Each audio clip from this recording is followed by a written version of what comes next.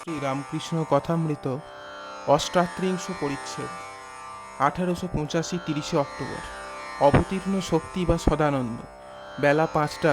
শ্রীরামকৃষ্ণ সেই দোতলার ঘরে বসিয়া আছেন। চতুর্দিকে ভক্তেরা চুপ করিয়া বসিয়া আছেন। তন্মধ্যে অনেকগুলি বাহিরের লোক তাহাকে দেখিতে আসিয়াছেন। কোনো কথা নাই। মাস্টার কাছে বসিয়া আছেন, তাহার সঙ্গে নিভৃতে এক একটি কথা হইতেছে। ঠাকুর জামা পরিবেন, মাস্টার জামা পরাইয়া দিলেন। শ্রীরামকৃষ্ণ মাস্টারকে, দেখো, এখন আর বড় ধ্যান ট্যান করতে হয় না, অখণ্ড একেবারে বোধ হয়ে যায়, এখন কেবল দর্শন। মাস্টার চুপ করিয়া আছেন, ঘরও নিস্তব্ধ। কিয়ৎক্ষণ পরে ঠাকুর তাহাকে আবার একটি কথা বলিতেছেন। শ্রীরামকৃষ্ণ, আচ্ছা, এরা যেসব একাসনে চুপ করে বসে আছে আর আমায় দেখে, কথা নাই, গান নাই, এতে কি দেখে?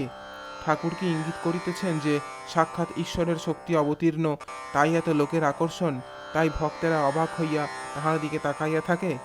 মাস্টার উত্তর করিলেন, আজ্ঞে, এরা সব আপনার কথা অনেক আগে শুনেছে আর দেখে যা কখনো ওরা বুঝতে পায় না।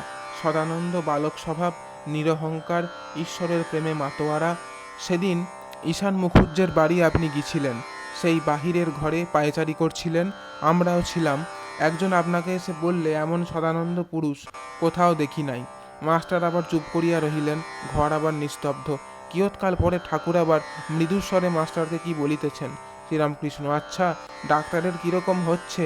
এখানকার কথা সব কি বেশ নিচ্ছে? মাস্টার, এ অমোঘ বীজ কোথায় যাবে?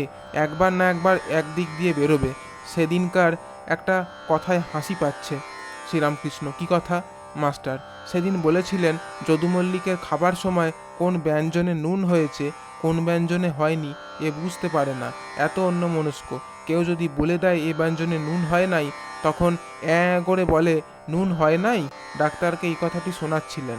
তিনি বলছিলেন কিনা যে আমি এত অন্যমনস্ক হয়ে যাই, আপনি বুঝিয়ে দিচ্ছিলেন যে সে বিষয় চিন্তা করে অন্যমনস্ক ঈশ্বর চিন্তা করে নয়।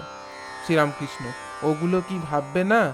মাস্টার, ভাববেন বই কি, তবে নানা কাজ, অনেক কথা ভুলে যায়। আজকেও বেশ বললেন। তিনি যখন বললেন ও তান্ত্রিকের উপাসনা, জননী রমণী। শ্রীরামকৃষ্ণ, আমি কি বললুম? মাস্টার, আপনি বললেন ছেলে গরুওয়ালা ভাগবত পণ্ডিতের কথা। শ্রীরামকৃষ্ণের হাস্য। আর বললেন সেই রাজার কথা যে বলেছিল তুমি আগে বোঝো। শ্রীরামকৃষ্ণের হাস্য। আর বললেন গীতার কথা, গীতার সার কথা, কামিনী কাঞ্চন ত্যাগ, কামিনী কাঞ্চনে আসক্তি ত্যাগ। ডাক্তারকে আপনি বললেন যে সংসারী হয়ে, ত্যাগী না হয়ে ও আবার কি শিক্ষা দেবে, তাতে তিনি বুঝতে বোধহয় পারেন নাই।